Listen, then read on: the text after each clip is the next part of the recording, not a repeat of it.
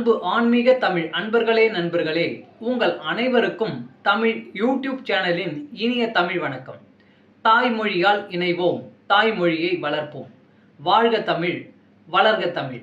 நமது சேனல் ஆன்மீக பதிவில் 12ஆம் நூற்றாண்டில் சேக்கிழார் அருளிய 12ஆம் திருமுறை சைவ காப்பியமுமான பெரிய புராணம் என்ற திருத்தொண்டர் புராணம் என்னும் நூலில் உள்ள அனைத்து பாடல்களையும் பரம்பொருளான சிவபெருமானின் அருளாசியுடன் ஒவ்வொரு பாடலையும் தெளிவான மற்றும் இயல்பான விளக்கத்துடன் அளித்து வருகிறோம்.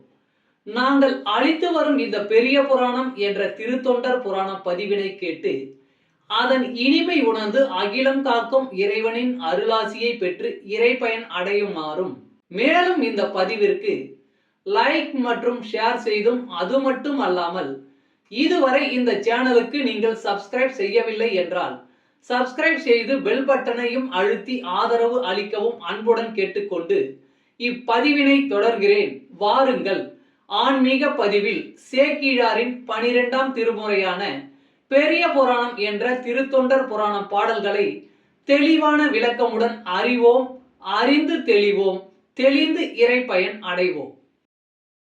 பெரிய புராணம் அல்லது திருத்தொண்டர் புராணம் என்பது சேக்கிழார் அவர்களால் பெருங்காப்பிய இலக்கணங்கள் பலவும் கொண்டதாக இயற்றப்பட்ட சைவ காப்பியம் ஆகும். சுந்தரமூர்த்தி சுவாமிகளின் திருத்தொண்ட தொகை என்னும் நூலை முதல் நூலாக கொண்டும், சுந்தரமூர்த்தி சுவாமிகளை காப்பிய தலைவராக கொண்டும், அவர் போற்றிய சைவ அடியார்களின் வாழ்க்கை வரலாற்றினையும் இந்நூலில் சேக்கிழார் விவரிக்கிறார்.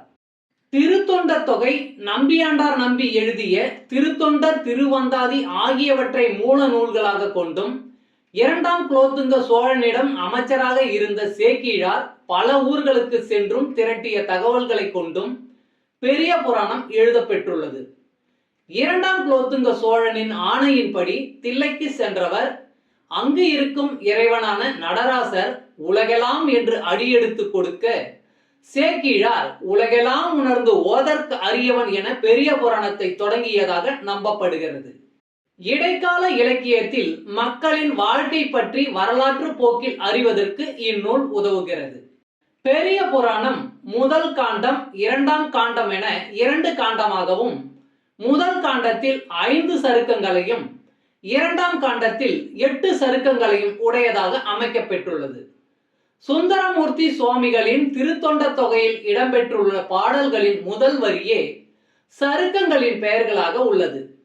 காப்பிய கதையானது கைலாயத்தில் தொடங்க பெற்று சைவ அடியார்களின் வாழ்க்கையை விவரித்து இறுதியாக கைலாயத்தில் முடிகிறது. முதற்காண்டத்தில் திருமலை சருக்கம், தில்லைவாழ் அந்தணர் சருக்கம், இலைமலிந்த சருக்கம், மும்மையால் உலகாண்ட சருக்கம், திருநின்ற சருக்கம் என்ற 5 சருக்கங்களும், 2ஆம் காண்டத்தில் வம்பரா வரிகண்டு சருக்கம், வார்கொண்ட வனமுலையால் சருக்கம், பொய்யடிமை இல்லாத புலவர் சருக்கம், கரைக்கண்டன் சருக்கம், கடல் சூழ்ந்த சருக்கம், பத்தராய் பணிவார் சருக்கம், மன்னிய சீர் சருக்கம், வெள்ளானை சருக்கம் என்னும் 8 சருக்கங்களும் அமைந்துள்ளன.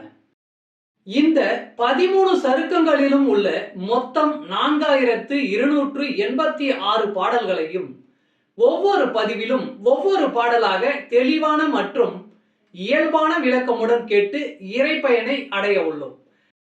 சைவ சமய திருமுறைகளில் 12ஆம் திருமுறையான சேக்கிழார் பெருமான் அருளிய திருத்தொண்டர் புராணம் என்ற பெரிய புராணம் பாடல் எண் 76 நெல் விளைச்சல்.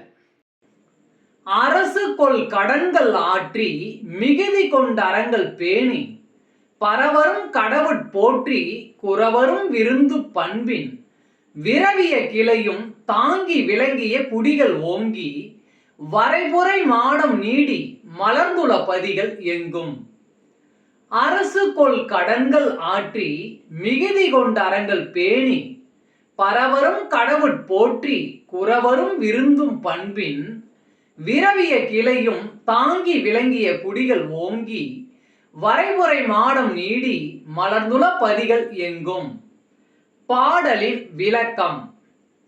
அவ்வாறு தொகுத்த நெற்குவியல்களுக்குள் அரசருக்குரிய 6இல் ஒரு பங்கை அரசிறையாக கொடுத்து எஞ்சிய 5 பங்குகளில் தாம் செய்தற்குரிய அறங்களை செய்தும் வணங்குதற்குரிய இறை வழிபாட்டை செய்தும் குறவருக்கும் விருந்தினருக்கும் நற்குணம் அமைந்த சுற்றத்தாருக்கும் கொடுத்து இவ்வாற்றான் புகழ் விளங்கிய குடிகள் மிக்கு மலை போலும் உயர்ந்த மாளிகைகள் விளங்க இருந்தன அந்த நாடுகள் எல்லாம். திருச்சிற்றம்பலம். அன்பு ஆன்மீக தமிழ் அன்பர்களே, நண்பர்களே, இவ்வீடியோ பதிவினை கேட்டு இன்புற்று ஆதரவு அளித்த அனைத்து தமிழ் உள்ளங்களுக்கும் எங்கள் உள்ளம் கனிந்த நன்றி. மேலும் இப்பதிவு உங்களுக்கு பிடித்திருந்தால் லைக் மற்றும் ஷேர் செய்தும், இதுவரை இந்த சேனலுக்கு நீங்கள் சப்ஸ்கிரைப் செய்யவில்லை என்றால் சப்ஸ்கிரைப் செய்து பெல் பட்டனையும் அழுத்தி ஆதரவு அளிக்கவும் அன்புடன் கேட்டுக்கொள்கிறோம். மிக்க நன்றி. அடுத்த பதிவில் உங்களை விரைவில் சந்திக்கும் வரை உங்களிடமிருந்து விடை பெறுவது தமிழ் யூடியூப் சேனல்.